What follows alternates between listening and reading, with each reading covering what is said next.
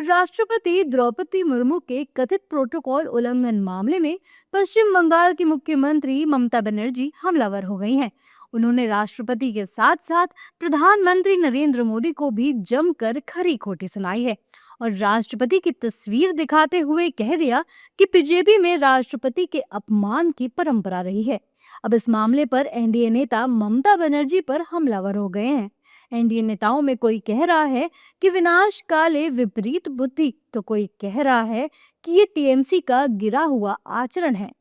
देखिए, हम तो यही कह सकते हैं कि विनाश काले विपरीत बुद्धि। देखिए, पश्चिम बंगाल में लगातार जिस तरीके से वहाँ की सरकार ऐसा तानाशाही रवैया अपना रही है, ये बेहद दुर्भाग्यपूर्ण है। महामहिम राष्ट्रपति का के साथ ऐसा व्यवहार पश्चिम बंगाल की सरकार ने जो किया है, ये कहीं से भी उचित नहीं है। पश्चिम बंगाल सरकार का, ममता बनर्जी जी का ये जो व्यवहार है ये साफ दर्शाता है कि उनको ना तो लोकतांत्रिक ढांचे की मजबूती से कोई मतलब है, ना तो संविधान के प्रति उनकी कोई आस्था है।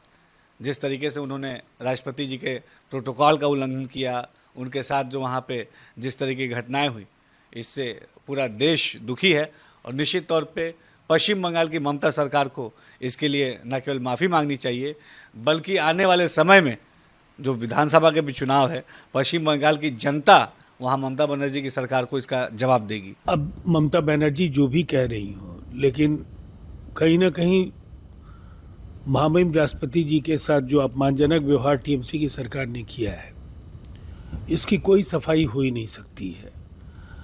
ये सामान्य तौर पर केवल प्रोटोकॉल का उल्लंघन का सवाल नहीं है, ये एक ऐसा निकृष्ट आचरण है जिसके लिए पश्चिम बंगाल की जनता ममता बनर्जी और उनकी पार्टी को कतई बख्शने के लिए तैयार नहीं है। जबकि विपक्ष ममता बनर्जी का समर्थन कर रहा है और बीजेपी पर हमलावर है। विपक्षी नेताओं के मुताबिक राष्ट्रपति को रिसीव नहीं करने के पीछे उनकी व्यस्तता थी, न कि अपमान करने की मंशा।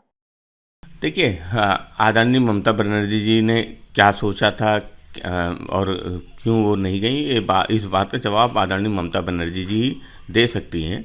लेकिन जिस तरह से भारतीय जनता पार्टी ने संवैधानिक पदों का दुरुपयोग किया है, जिस तरह से उनका राजनीतिक इस्तेमाल किया है, वो किसी से छुपा हुआ नहीं है। और आदरणीय ममता बनर्जी जी वो लगातार एसआईआर को लेके प्रदर्शन कर रही हैं, एसआईआर को लेके अभियान चला रही हैं, तो निश्चित रूप से उनके पास जो समय था, वो समय की भी कमी थी। वो लगातार जनता के बीच में है, जनता के सुख दुख में खड़ी हुई हैं।